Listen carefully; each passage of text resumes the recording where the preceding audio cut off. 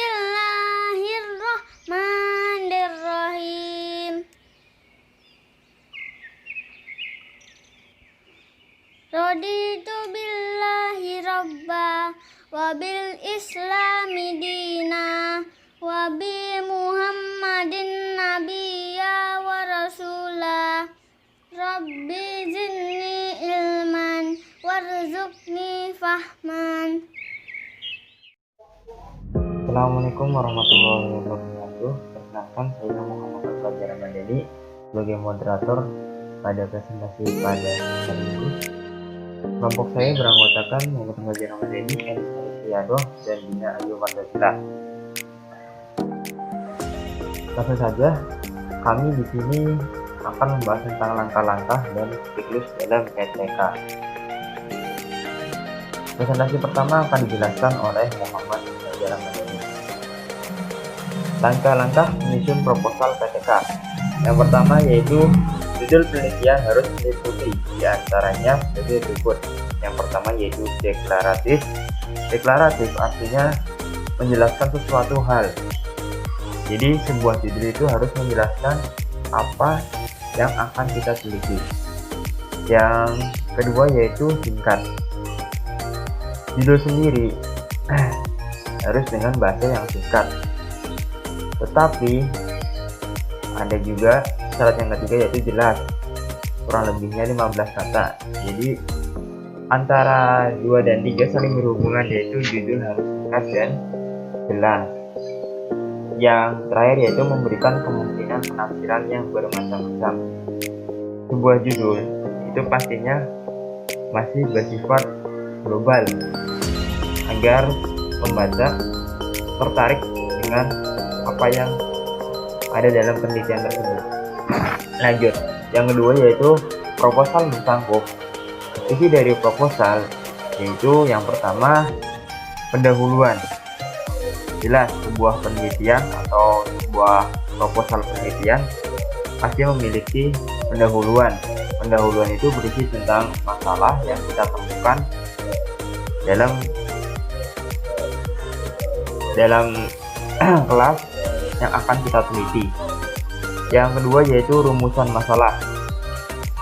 Rumusan masalah di sini berisi tentang apa saja pertanyaan seorang peneliti yang akan dikaji dalam penelitian ini. Yang ketiga yaitu kajian pustaka. Jelas sebuah penelitian perlu adanya kajian pustaka. Kajian pustaka sendiri berguna untuk penopang teori-teori yang akan kita gunakan. Yang keempat yaitu penelitian yang relevan.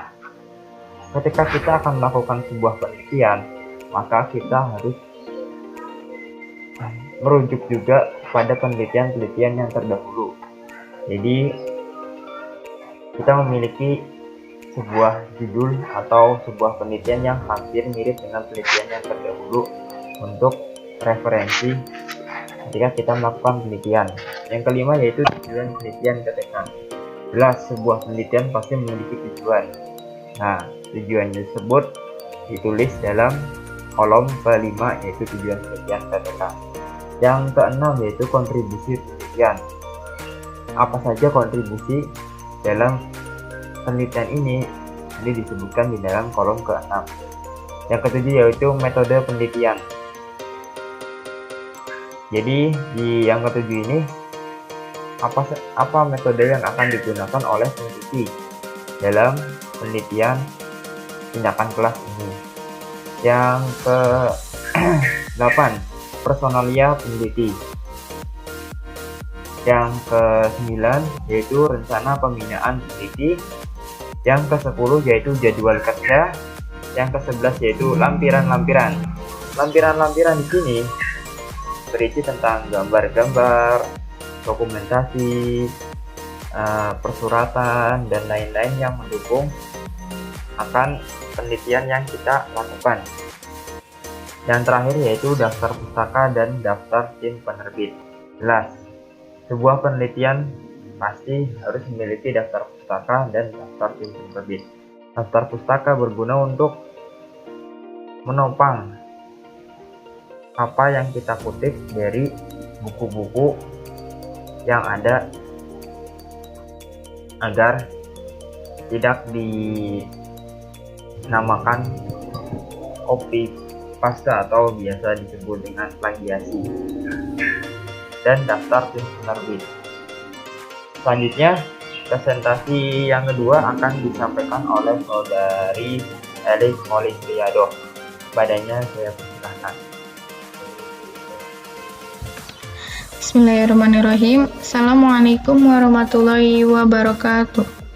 Di sini saya akan melanjutkan pembahasan mengenai tahapan atau siklus dalam sebuah penelitian tindakan kelas. Nah, agar sebuah penelitian tindakan kelas itu berjalan dengan baik sesuai dengan harapan yang kita inginkan, nah terdapat tahapan di dalamnya, yaitu yang pertama ada yang namanya plan atau perencanaan. Nah, pada tahap ini peneliti menjelaskan apa, mengapa, kapan, di mana, oleh siapa, dan bagaimana penelitian tindakan kelas dilakukan, atau yang sering biasa disebut 5W1H. Nah, itu pasti lumrah ya digunakan dalam sebuah penelitian. Kemudian peneliti menentukan titik-titik atau fokus peristiwa yang perlu mendapat perhatian khusus untuk diamati. Kemudian membuat sebuah instrumen pengamatan untuk membantu peneliti merekam fakta-fakta yang terjadi selama pengamatan berlangsung. Nah, strategi pembelajaran harus disesuaikan dengan selera guru atau penelitinya agar pelaksanaan penelitian tindakan kelas dapat terjadi dengan wajar tanpa merubah pembelajaran sebelumnya. Nah, jadi apabila langkah yang pertama itu kita harus merencanakan apa yang akan dilakukan dalam penelitian tersebut. Nah, hal tersebut juga harus sesuai dengan seleranya gitu. Jadi agar pelaksanaannya juga terjadinya wajar gitu. Nah, yang selanjutnya yaitu ada acting atau pelaksanaan tindakan kelas. Setelah merencanakan, kemudian langkah selanjutnya kita melaksanakan penelitian tersebut, melaksanakan tindakan tersebut.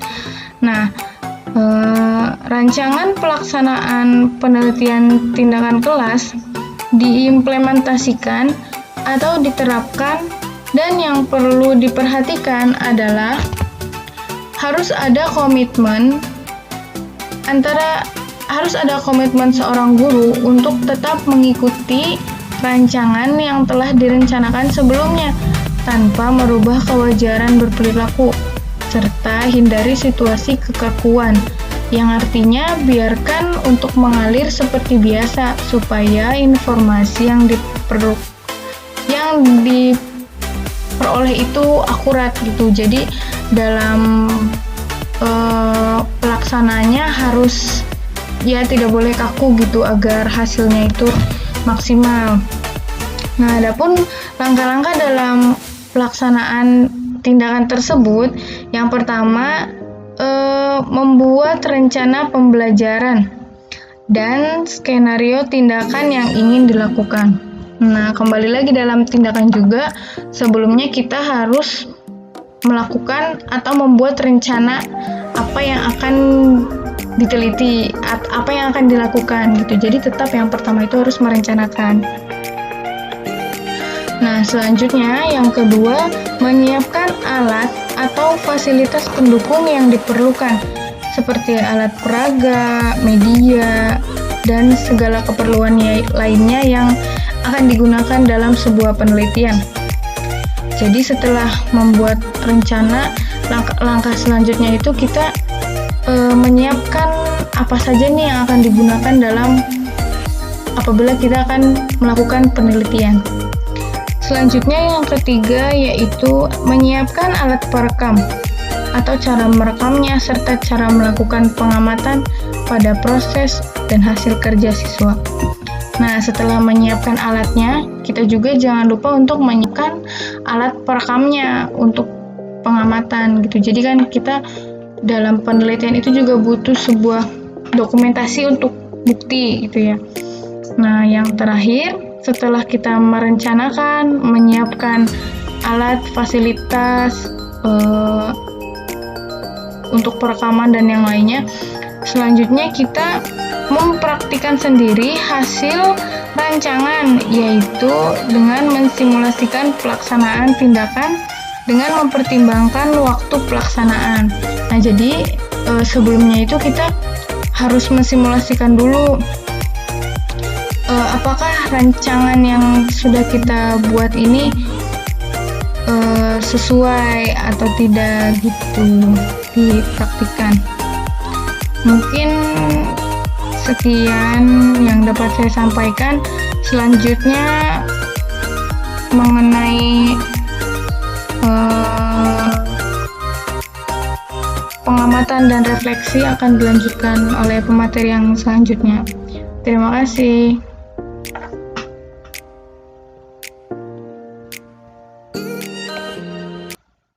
Baik teman-teman, melanjutkan materi dari saudari Elis, yaitu mengenai siklus dalam penelitian tindakan kelas. Nah, yang ketiga adalah pengamatan atau observation. Nah, pengamatan ini merupakan kegiatan yang dilakukan oleh seorang pengamat. Pengamat bisa dari guru atau teman sendiri. Dalam tahap ini, seorang pengamat mencatat hasilnya untuk perbaikan ke depannya. Jadi pengamat ini kan awalnya sudah merencanakan gitu ya, merencanakan apa yang dia inginkan gitu untuk diterapkan. Nah, nanti ketika di pengamatan ini dilihat dari awal pembuatan sampai akhirnya hasilnya itu seperti apa, bisa digunakan kembali atau ada perbaikan yang memang harus diperbaiki gitu. Ini kedepannya baik atau tidak gitu. Nah, ini adalah salah satu tahap siklus dalam penelitian tindakan kelas, yaitu pengamatan. Kemudian yang keempat adalah reflecting atau refleksi. Yang pertama merupakan kegiatan untuk mengemukakan kembali apa yang sudah dilakukan. Selanjutnya, dalam tahap ini guru berusaha menemukan hal-hal yang sudah dirasakan sesuai rancangan. Yang terakhir, pada tahap ini juga menyebutkan kelebihan dan kekurangan dalam penelitian. Jadi, setiap pembelajaran, setiap yang dilakukan, rancangan yang dilakukan itu adanya tahap refleksi. Ini untuk melihat bagaimana sih proses pembelajarannya berlangsung gitu. Apakah memang perlu perbaikan atau tidak gitu. Pada tahap refleksi ini juga kita bisa menanyakan kepada si yang diamati gitu. Contohnya kayak muridnya gitu. Kayak suka tidak sih dengan metode kayak gini, atau dengan intinya adalah tahap refleksi ini proses pembelajarannya itu menyenangkan atau tidak, kayak ekspresi dari yang diamati ini bagaimana perasaannya gitu, terus emosionalnya itu seperti apa sih dalam proses pembelajarannya itu. Nah, refleksi adalah salah satu dari siklus dalam penelitian tindakan kelas. Mungkin itu teman-teman yang bisa kelompok kami sampaikan mengenai materi langkah-langkah dan siklus dalam penelitian tindakan kelas. Any question? Nah, apabila teman-teman mempunyai pertanyaan, nanti silahkan bertanya di tempat yang sudah disediakan. Dan apabila teman-teman ingin menyampaikan materi lebih lanjut lagi, silahkan berkomentar di bawah video ini, gitu ya. Untuk itu, sekian. Terima kasih atas perhatiannya, partisipasinya, keaktifannya. Kami mohon maaf apabila banyak sekali kekurangan. Wassalamualaikum warahmatullahi wabarakatuh.